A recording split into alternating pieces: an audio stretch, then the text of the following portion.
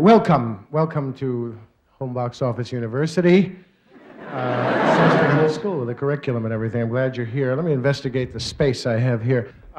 This is a good 5-footer. Will you warn me if I get too close, sort of like a bowling alley electric eye, you know? Oh, that's why I stopped bowling. It made me very guilty. I couldn't. How can you argue with technology? I go, you stepped over, Robert. I did not, honestly. Schmuck, it's technology. You're going to argue with I stopped bowling when came time to stop renting shoes or buy them. They still rent shoes in bowling alley? I haven't gone. What a revolting practice that is. Kind of like renting a Kleenex. Nice luminous paint numbers and the address of the bowling alley on the heels. Buffalo's the biggest bowling city in America. This is how they keep together. America, bowling, Buffalo. I said so many words. I don't know. For bowling. In Buffalo, I play there at least once or twice a year somewhere and turn on the television set in a hotel, and the first channel is bowling for dollars, and celebrity bowling, dialing for bowling, bowling tips, soul bowling. There is every form of bowling in Buffalo. Do you know during the tremendous snow emergency they had, you couldn't use your car except for an emergency or to go bowling. The only other way. If you could prove you had a league game that night.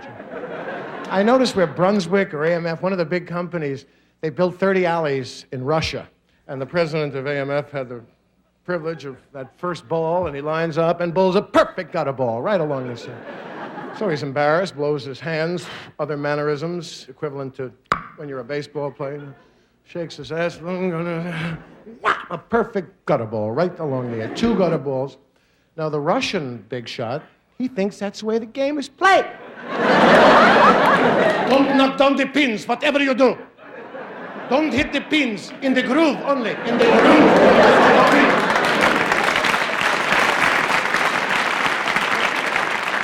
So the Russians they paid cold cash, they took the money, and bye Russians, hope you enjoy it if that's the way you like to play. And of course, when bowling becomes an Olympic sport, we have a 5-year advantage on them. They won't know what's happening. In the groove only, don't hit the pins. And then they lost, and give them a little screwing, the Russians, because they're not cute. I'm reading a lot of Gulag books recently, and as a fairly protected child of the middle class, I've just never been close to a Gulag experience. Working in the mountains was the closest, living in a real shithole underneath the ground and eating grains. The guests would get steak and delicious vegetables, and they give the kids very good grain, like the horses eat at Central Park from the bag. And I just stand there like that's the hippest thing horses ever do. There's something stylish about changing. I'm 35 now, and I feel really good. I don't feel no involutional melancholia. I don't feel that it's all over for me. And it is kind of, you realize you're gonna, like the baseball season's here again. I don't feel about it quite the way I used to. And I guess it's something sobering to realize that, I'm 35, and I guess it's realistic to assume that it would be almost impossible for me to ever play in the major leagues.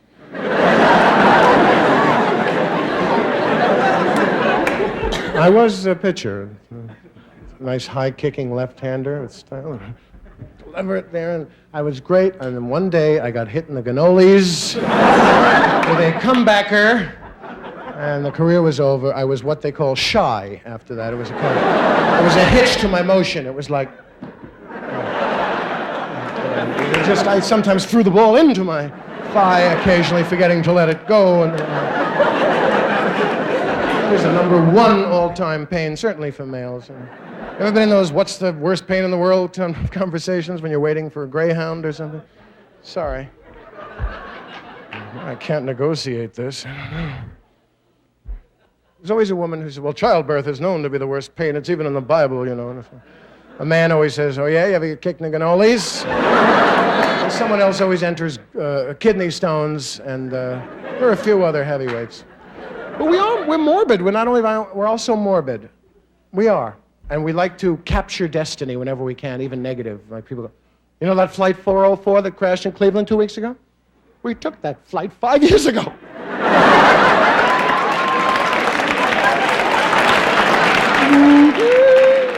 So many people who are near and dear to me are here tonight. My exterminator is here tonight. Analyst, my wife is here tonight, and several people from the opera world. My wife is an opera singer, and it's peculiar living with them a little because they always, opera singers think that since the last time they heard their voice, it's left them. And they're always testing it in the middle of a conversation. Well, yes, the Blue Cross will cover that, but as far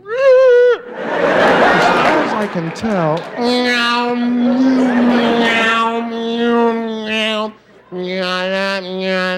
it's a little insane. But she's been picking up a few bucks, I must admit. Cash awards and various gigs, and she brings me the check, and it makes me feel good. Like an opera pimp, you know.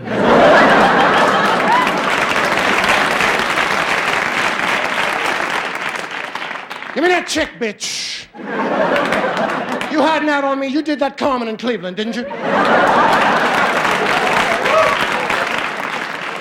And that's $2,000 a week for 2 weeks, baby. You bring that over here, huh?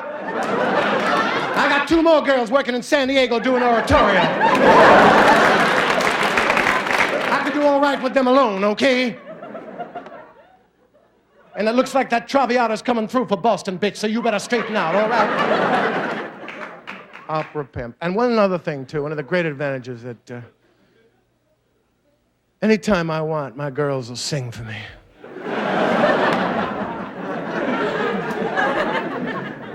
I like virtuosity of all sorts. I myself was made ashamed of not having studied an instrument properly. I toy around on the harmonica, and I took saxophone lessons. I carried a baritone saxophone 1.5 miles every day to do at Clinton High School like this, you know. And I never properly learned to read music. It was more of the colors on the toy xylophone. Orange, purple, green, blue, yellow, purple, brown, green. More of that sort of thing. I'm very disappointed in Farrah Fawcett Majors as the chief pinup. Pinups used to have a real sociological interest to them. This pinup, she misses by miles. First of all, she participates. Yeah, she's nothing. I saw a guy said he puts her picture on his motorcycle. Very touched. She does do these very subtle sex commercials. Which you remember the one with Joe Namath? Want to see Joe Namath get creamed? Where they work in a nice innocent word like cream, and they make it into the filthiest connotation. Want to see cream me, cream ya, cream, cream. It's creamy, hi, creamy. She even called herself, hi, I'm creamy. Now there's a new one that's equal in its subtlety, Sledgehammer Division. It's great balls of comfort. Great balls. They have balls verbally italicized with great balls of comfort. We don't mean anything by it, really. Great balls of 2 nice balls of shaving cream in front of you there. Wonder what they mean by that. My mother used the baby name. Robert, don't touch your poo-poo, tutu, punky. Most parents do. I got more feedback talking about that on The Tonight Show than anything else I've ever talked about. And, it's not just confined to me. That was a lot of people have reported, even cowboys from Montana. It's not ethnic particular. Ralph, get your hands off your tutu and get on there. I did that bit last year at a concert in which my mother attended, and it was amusing to me that afterwards, she loved the show, but she was very embarrassed by my having used those words. She's 67 years old, and I said, Robert, the tutu popo. They're still essentially dirty words for her because they represented.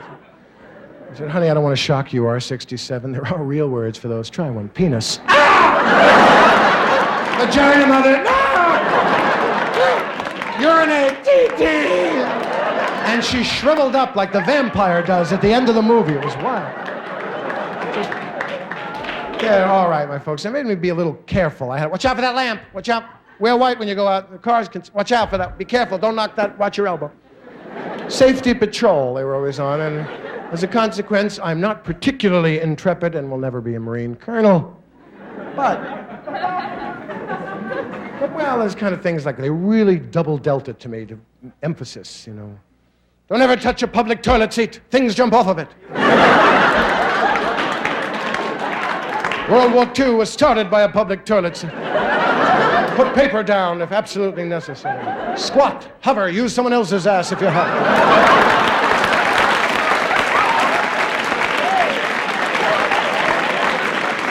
Don't ever touch a public toilet seat, all right? Okay, Pop, you got it.